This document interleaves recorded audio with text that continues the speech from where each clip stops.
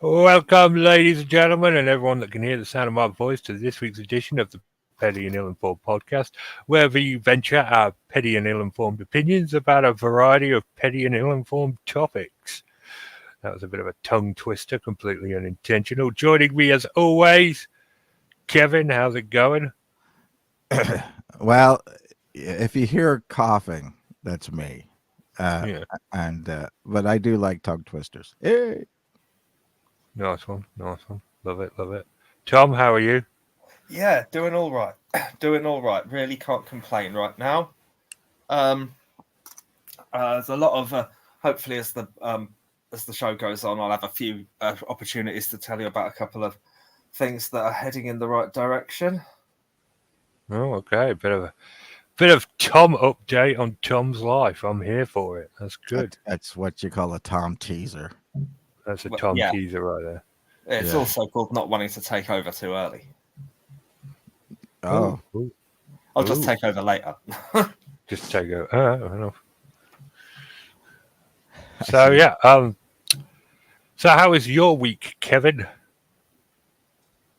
well, to be honest with you, it was okay. I've had the sniffles this whole week, and so I'm losing my voice a wee bit. So if it squeaks, that's what it is. It's not because I've I've got I don't know what I was going to say there. It doesn't matter. But if it squeaks, it's because I'm losing my voice. Okay. It's really cold here, and I don't like it.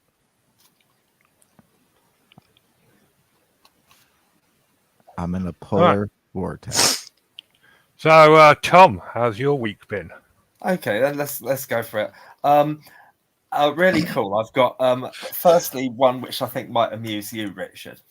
Um, After a rather positive week at school, I decided to buy lunch for my team, and so I went down to go to the fish and chip shop and just grab some battered sausages and chips, and of course, being vegan, I can't have that. And I said to them, "Do you do anything vegan?" And the guy looked at me like I'd just asked him for caviar or something. Brave lad. Totally Proper baffled. British chippy that. So yeah, totally. And he was just a bit what? And I said, "What about the curry roll?" He said, "That's got chicken in it." I said, "Okay." The vegetable roll, he said, "Oh, I'm not sure." So rather than say, "Can we go and have a look at the packet?" which I have been known to require with my particular choice of diet, and so I forwent that, and instead I said, Aldi do battered vegan sausages. Oh Um, Jesus! I said, Sorry. if I next time if I bring a box of them, could you put them in the fryer for me? And the guy then turned to I think this was the guy on the till. He then turned to the guy, the guy doing the cooking, the chef, and they were or Chinese or from Hong Kong or somewhere Oriental. I don't know. I don't want to stereotype. But they then just started talking to each other in their native accent. And the guy at the counter started explaining to the chef in a language I couldn't understand, Mandarin or something, exactly what I wanted. I mean, whether or not he used the Chinese equivalent of words such as cretin or vegan hipster douche. I don't know. I never will, thankfully. But I then found a picture of these vegan sausages on my phone, held it up, and the bloke said, "Well, we'd need to look at all the ingredients and everything." So I don't think I'll be turning up there with my box of Aldi vegan sausages, asking them to cook it for me. Yeah. Would they charge for that? I don't know. I don't think they're allowed to for insurance reasons, are they? Yeah. I don't know. Exactly. There's always going to be some complications like that. Yes. Well, in Scotland, they would deep fry it for you. I mean, I think that there's places in Scotland that'll deep fry anything for. If you bring it in, they'll deep fry it, of course. But they have to dip it in batter first, of course. That's it. That's what Mars bar. They'll deep fry it. Chocolate cake. They'll deep fry it. No, there's a no. The place I'm thinking of is in America. It's like in no. There's a place in America that'll deep fry anything for you. You bring it in, they'll deep fry it. Although I do think you're right, though. I mean, it, you know, you do take the risk of introducing something hot, to the oil, and I just don't know about whether I would want to take that much on, because you imagine how much do you think the oil in a deep fat fryer, if it's a commercial industrial one like that, costs? It's quite a lot, I'm sure. Yeah, but yeah, there's insurance. That would be the main reason I suspect they wouldn't go along with it. I mean, they might.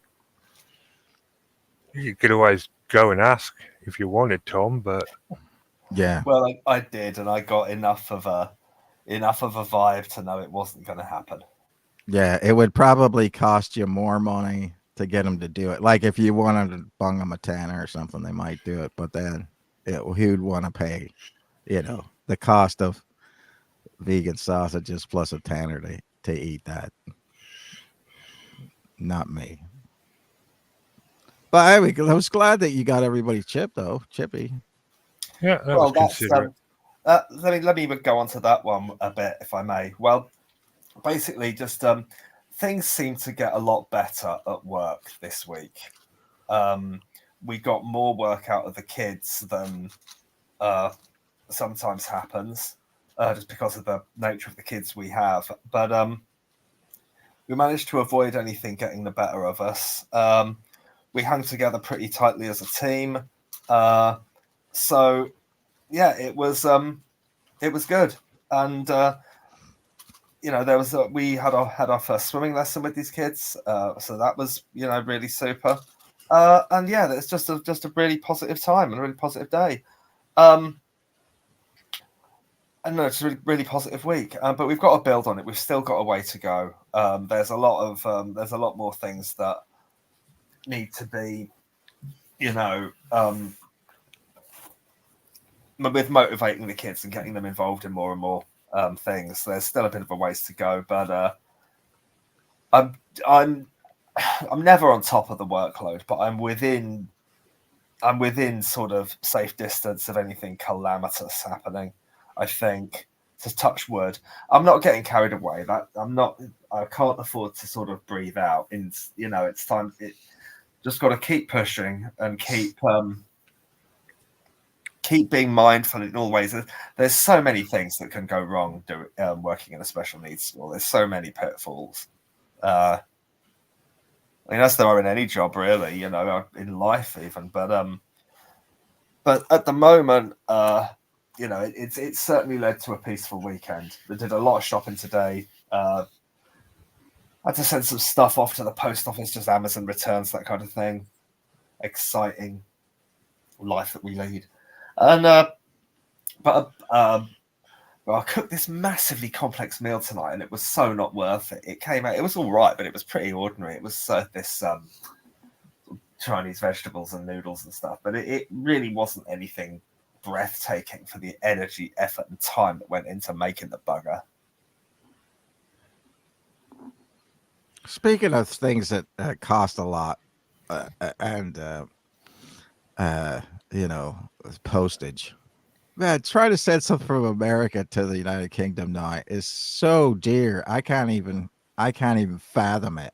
Used to be so cheap, and now it's like, I don't know what it is.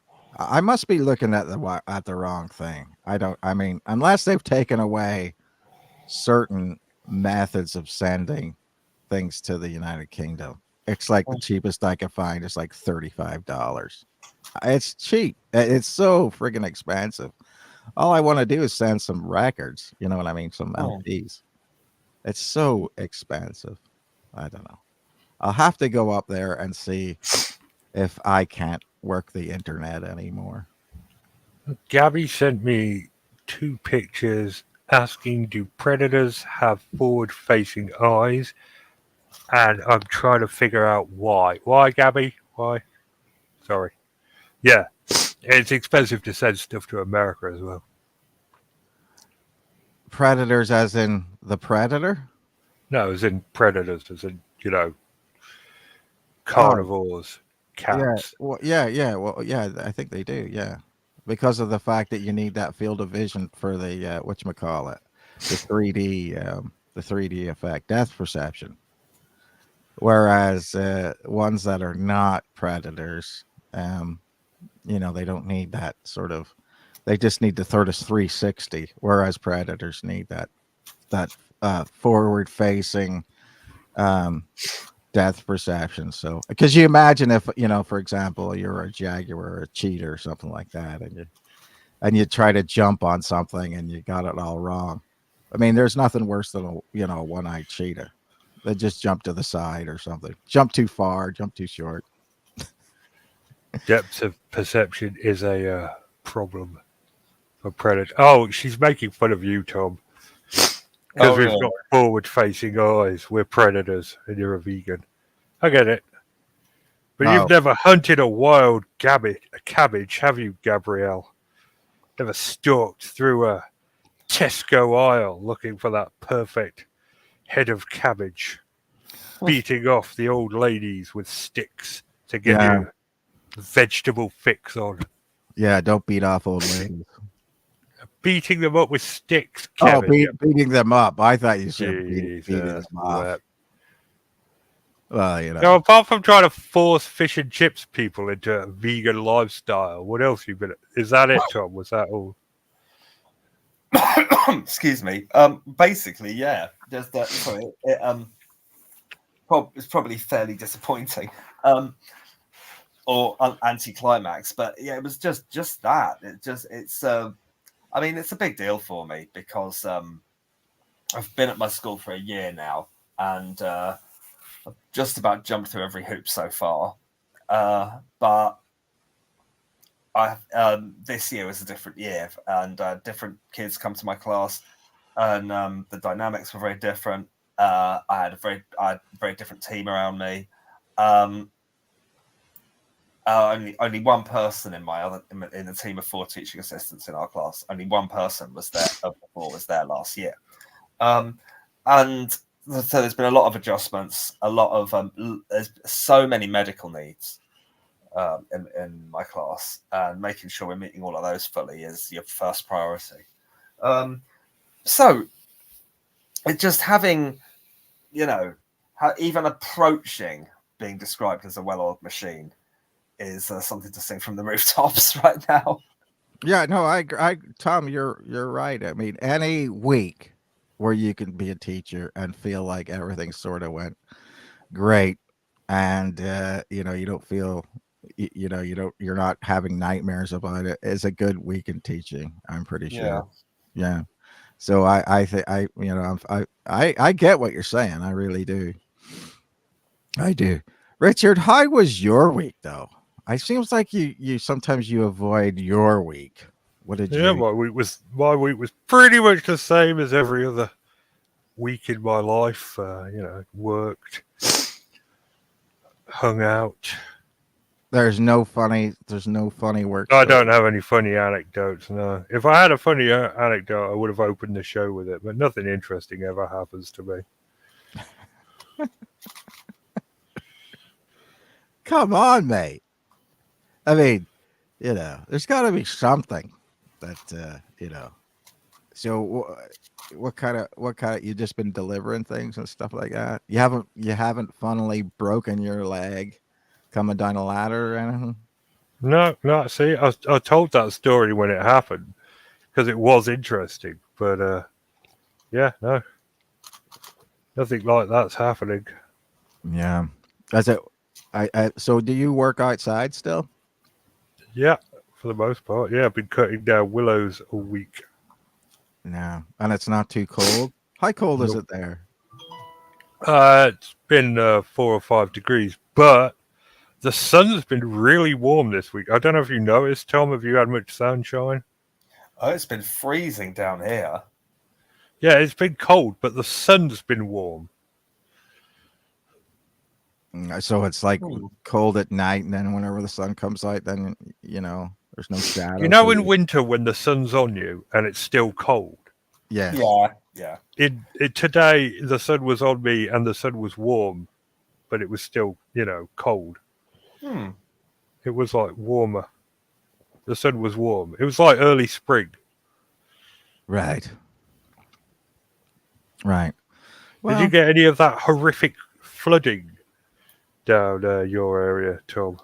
No, we didn't. I read about some of it in the news. I mean, things like there was an enormous car park flood where, just this massive, great, a massive car park full of really expensive cars in some sort of holding lot or something was just ravished by these waters, and hundreds of really expensive cars were written off.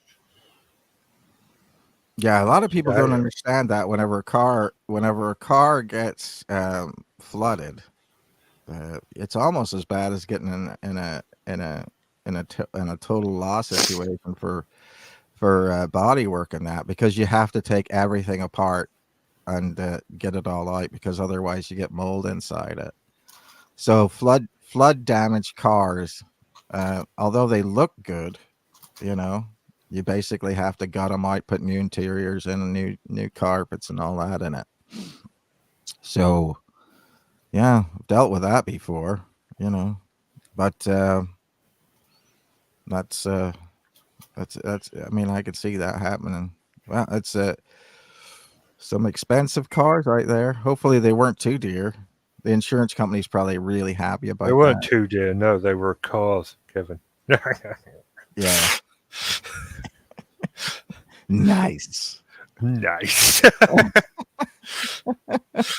Oh, damn! The chat's kicking off about EastEnders. All right.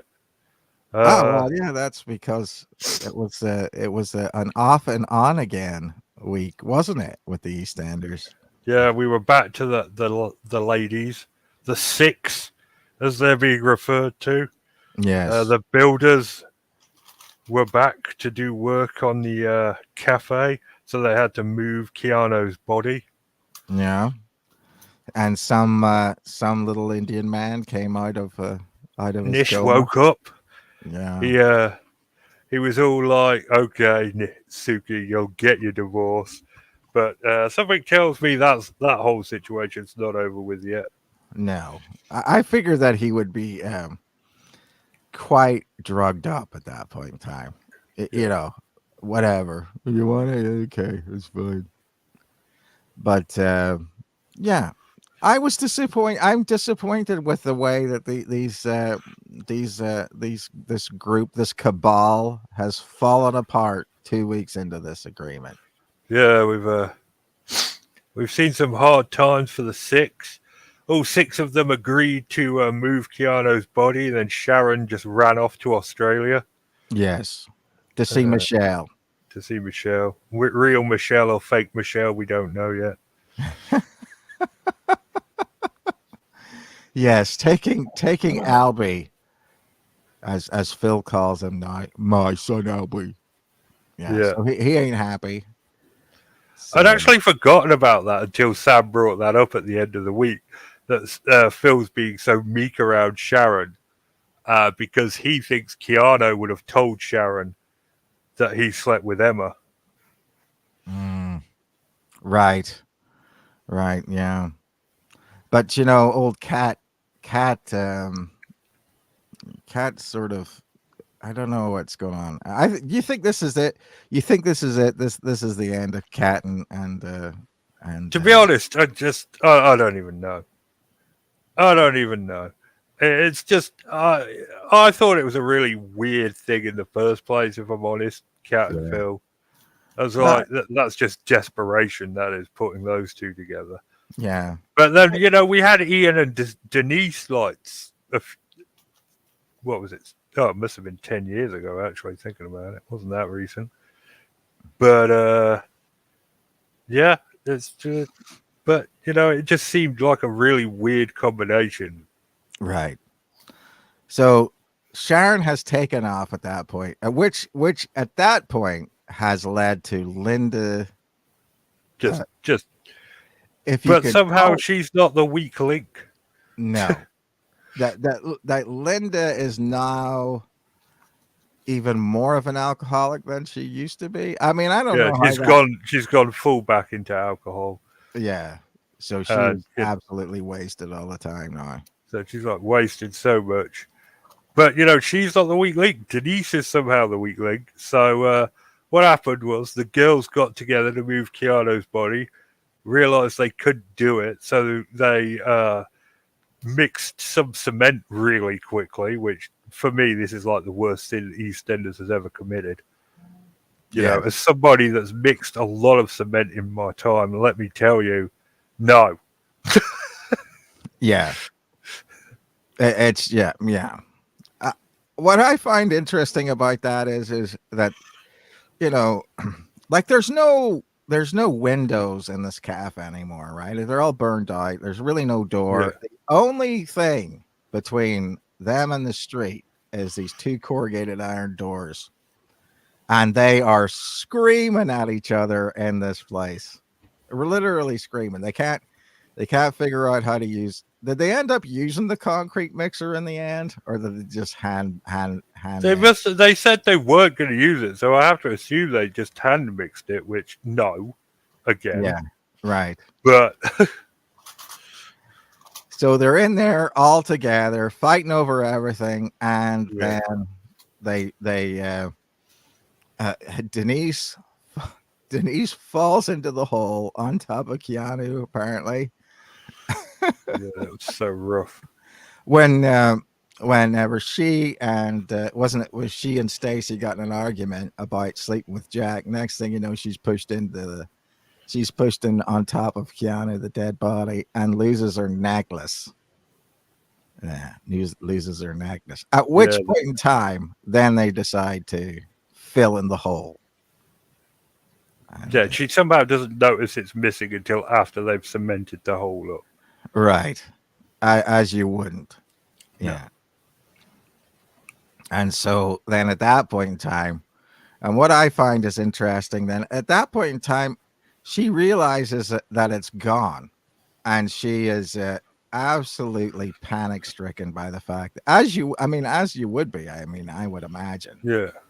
And, she's like to everybody, come on, I've got to take care of this, and everybody was just like, yeah, screw you, Denise. You know what I mean? There was stuff so going on. Little camaraderie going on there. It was really horrible to watch because watching Kathy just basically tell Denise, look, you need to pull it together because you're the only one that's got evidence on that body now. I was just like, oh damn. Yeah, it's like Suki can't be bothered. Because she's moving in with Eve, and she just can't be arsed to do anything. And then Stacy was like, well, I got to help them move, And Linda, of course, is pulling the alcoholic card, which is that, I just don't. Yeah, but she showed up. Yeah, but she showed up. She didn't run away to Australia. Yeah, that annoyed me.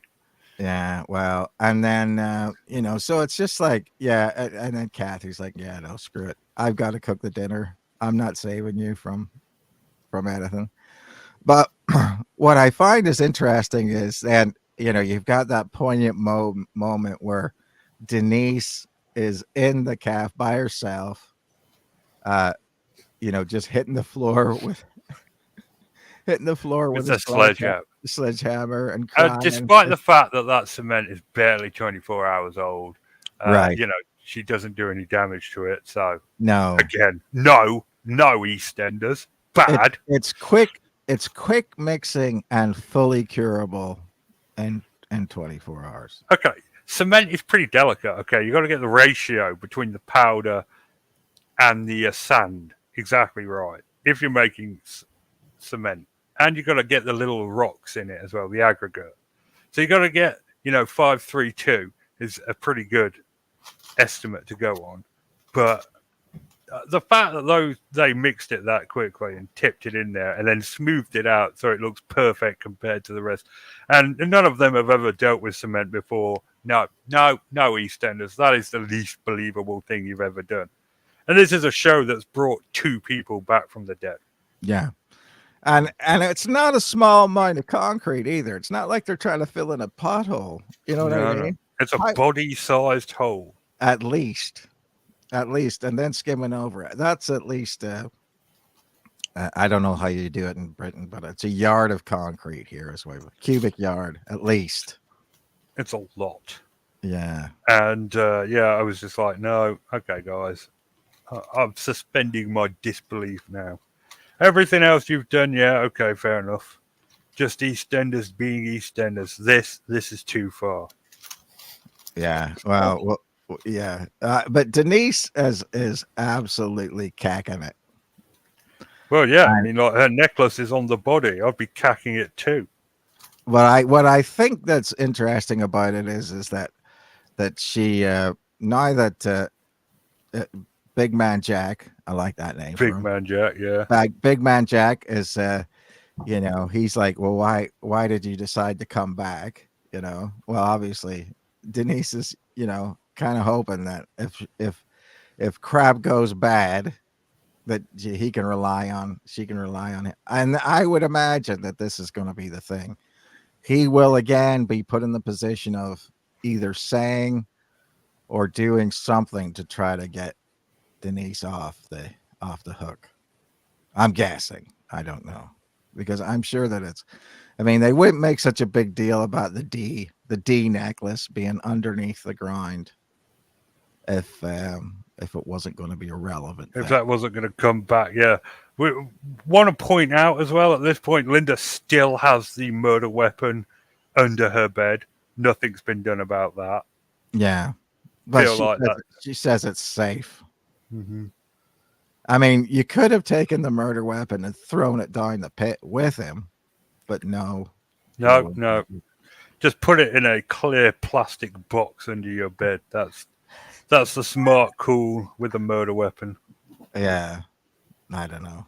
It's so yeah, that's the thing. But Denise is annoying because of the fact that she just uses the old alcoholism as a way to get out of everything. Linda, yeah.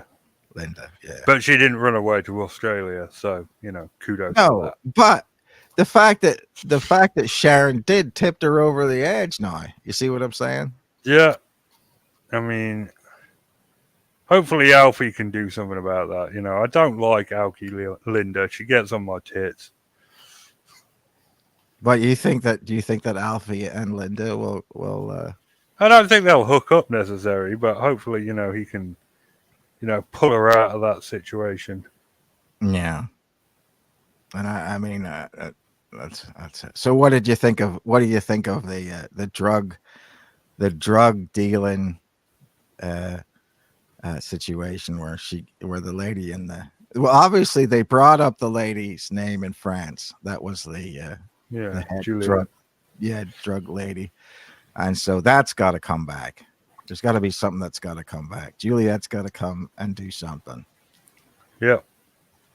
I mean, Penny just can't get away with grassing her up like that, but we'll see. Not terribly that. I'm not that interested in that storyline. Well, there wasn't many storylines this week that was worth anything. Mm-hmm. I mean, feels like they've shot their quiver, really. Yeah, well, yeah, they did, and now they're re-batting in stories for the future. I don't imagine we'll get something really, really good until the summertime. You usually get something in early summertime, and this little the story of the body, I imagine, will peak in summertime. This will be the thing. Unless it's going to be next Christmas, this all comes out. I mean, it took them years for people to figure out where Tina was. Yeah. But at the same point in time, the minute that Nish gets out of the hospital, things will start going well. Because he's not going to be taking this whole Eve thing well. And what I don't understand is that, okay, so there, she says, I'm a lesbian, that's the way it is, that's fine. and they were going to leave and be together. But now it's just like, oh, we'll just live across the street. That's no problem. Nish will get out of the hospital and that'll be fine. Yep, it will be fine. Yeah. And, he can't remember anything, he said. But he remembers the whole thing, doesn't he? At the one point, he says, I don't remember anything. But then he's kind of said, I remember all of it. So He remembers everything except the part where he got hit in the head with the bottle, apparently. And because he seemed willing to say that, Keanu did it. So, yeah, for now. I mean, we'll have to see, won't we? This whole thing, took a year for them to set up. I imagine they're going to drag it out for another year before they bring it to a conclusion. Yeah. Well, I mean, you can't have some, well, it's, I don't know. But Ravi may or may not be on Suki's side now, but I doubt it. Yeah, Ravi's made it clear that he's not a fan of his father. But, you can blame him. Yeah. Anyway, so that'll wrap us up for the EastEnders chat this week. You're a good sport, Tom. Well done. Yeah, you did it. You did it, mate. You got through it. What, putting up with all this talk about EastEnders? You should just watch it, man. Yeah, but I mean, really, to be honest with you, we're not, we're not putting the best spin on it, are we? This week was kind of shit, but this happened. Yeah, well, it's been a bad couple of weeks. Yeah. Well, I mean, we were really excited about the way things were going. And anything else on TV you've been watching that's been good? Yeah, I don't watch a lot of TV. Have we talked about the post office thing yet? What post office thing? The post office program. No, guys, Richard, do you not know about this? Mr. Bates versus the post office. It's a 4-part drama. Yeah, I know what you're talking about. Yeah. Yeah, well, that was that. I mean, that I can't think of a time where a drama series has hit the established order so hard as this. I can't think of a time it's happened. I mean, I can think of revelations that have happened and stuff on TV, and stuff that's been seen, like the murder of George Floyd or something awful like that. I can think of things like that have been really significant. But this is fiction. Well, it's not fiction. It's a dramatization of something that really happened. Yeah. Well, didn't somebody? I was looking at something this week. I mean, I'll let you talk about this other program, because it does look really interesting about the fact that that was the big program with the software or something like that. Yeah, that's the one. Yeah, but this week, didn't somebody give like clemency or forgiveness to a bunch of underpost? That's exactly it. Yeah, that's what's happened. Is these people have been campaigning for ages, but no one's been really listening to them or taking them seriously until now, where the government have called for an immediate exoneration, squashing of all charges, and compensation money to be paid back, and immense amounts of it. Because one little fact that I've noticed that's kind of been lost in the narrative,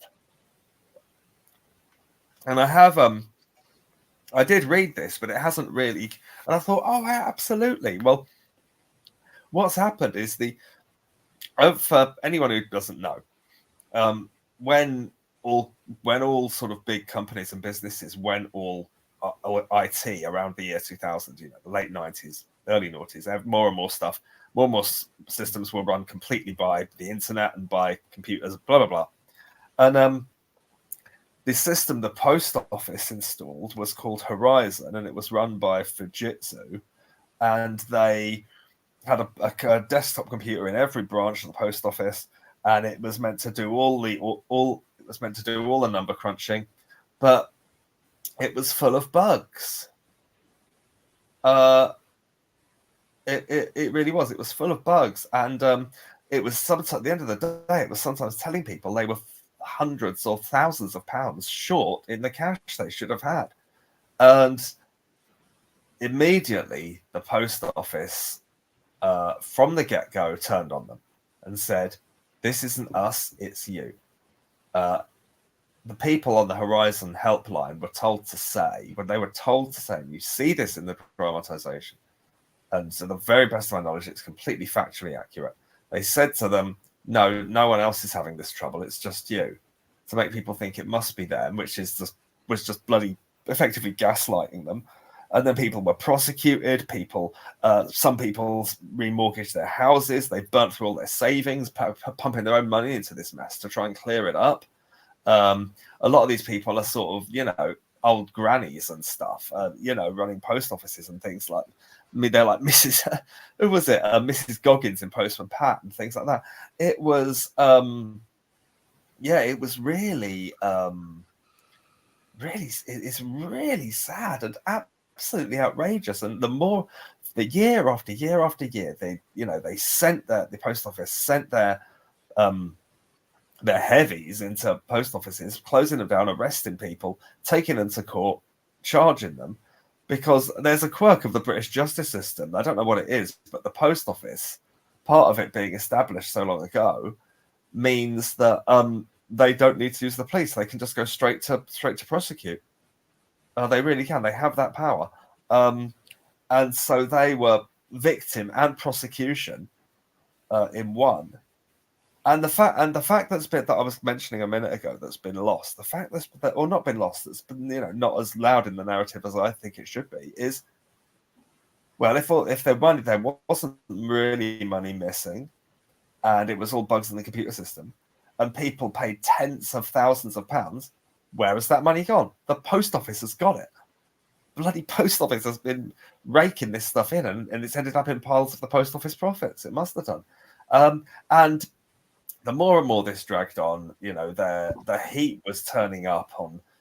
There was a member of Parliament, or maybe a member of the House of Lords, stood up and said, "Look, all my constituents, there is this massive problem emerging in this country that no one seems to quite be aware of.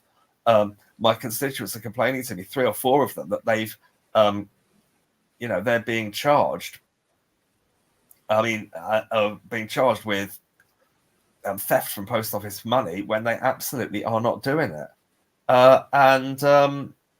It's just it's just so sad and outrageous. And this went on and on and on. But as the heat turned up from this guy in Parliament, they began investigating it, and finally it came out that one of the big staples of the case was nobody else had access. There was no remote access to the Horizon machines in post offices, but that was factually incorrect. That was simply not the case. And then eventually a whistleblower came from the computer people. A whistleblower came from IT in it might have even been in Spain. I think it was in Spain, at the headquarters of this under Fujitsu, the headquarters of Horizon. And someone came out and said, we can do it, and we have had, because this thing has been so full of bugs. We've been trying to fix them up and correct them, and when we haven't been able to fix them and correct them, that's when it's looked like post offices have lost a shed load of money when they haven't. And ultimately, the head of the post office, I forget her name, she was a Christian priest. She was also a CBE, something of a celebrated member of the British Empire or something like that. And she has handed that back before it's been demanded that she do. And it's just and it's amazing. It's taken this drama to finally push it to the forefront of the country, really, especially its leaders. I saw a documentary on Horizon and all of this, and people have known about this for years, way before lockdown. So there you go. You guys still there? Yeah. Yeah. I just I'm with you, Tom. Until you put it into a situation where you feel like you understand the situation, even though you see in the wee town, in the wee village where I go down to the shop's got a post, like the same person who's running the wee shop next to it is the same person as the postmaster. And so, but you don't think of that whole entirety of the situation whenever you're looking at it. So it is tough because and it's not until it's like that whole idea of Aaron Brockovich. How many people really cared about them until they made a movie about it? You know what I mean? A film or something. There's a lot of times you don't sort of now relate to these people until there's a film about it. I don't know. That's sort of how I see it. You read the story in the newspaper and you don't really relate to those people, even though they're your friends and neighbors. And I mean, my grandfather was the postmaster in the little town that I grew up in, and I couldn't imagine somebody coming in and telling him his books were wrong or whatever, or him having to take out a mortgage because somebody called him a criminal. I just couldn't imagine it. You know what I mean? It's really sad. Well, it's very sadly that is what happened. Right. Yeah. Well, I mean, We were talking about elections before the show started, about changing governments and stuff like that. Yeah, I mean, it's I think, well, the very idea that they can't, this government that we have now can't come up with anybody new to come in and do anything, so they're just recycling through the same old people who used to do it. Probably, Well, they've been doing it for years, Kevin. They probably know what they're doing. Well, exactly, but you see, that's the thing.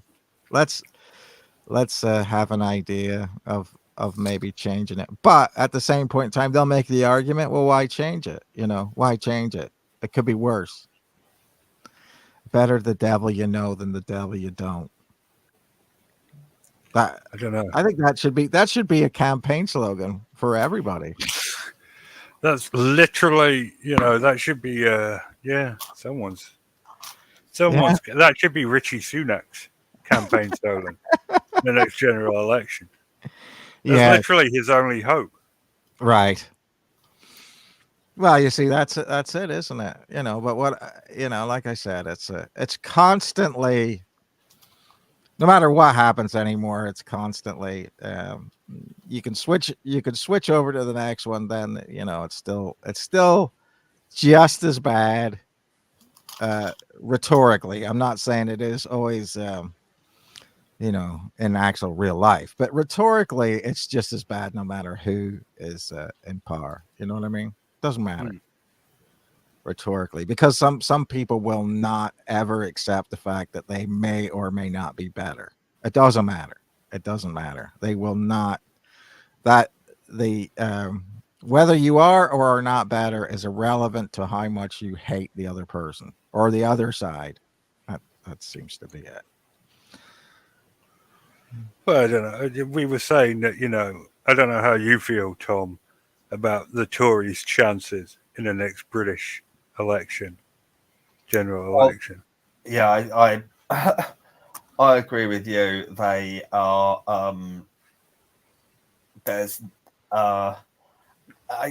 You can't see how Starmer can botch it from here.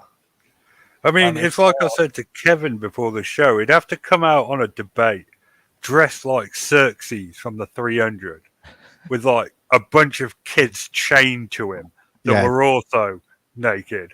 Yes. And even then, it's a maybe. Pulling him along by his nipple rings. That's what Keir Starmer would have to do to maybe throw the election. Yeah. But it never used to be like that, did it? You know, like Yeah. the last election, they sort of won handily, but, you know, but that was when that other guy was there, isn't it? You know, like Mr. Green Jeans, the communist. Who was that before Keir Starmer? Jeremy Corbyn. Oh, yeah, that guy. Oh, Jeremy Corbyn. God, that idiot completely. See, there's an example of someone throwing an election. That election was Labour's to lose, and he just wouldn't take a stance on Brexit. And Yeah. that's what cost him the election. Right. Yeah. Yeah. I mean, that's a weakness. Weakness. I mean, yes, no, or not. You know, the weakness. People see that. You know, the wishy-washiness.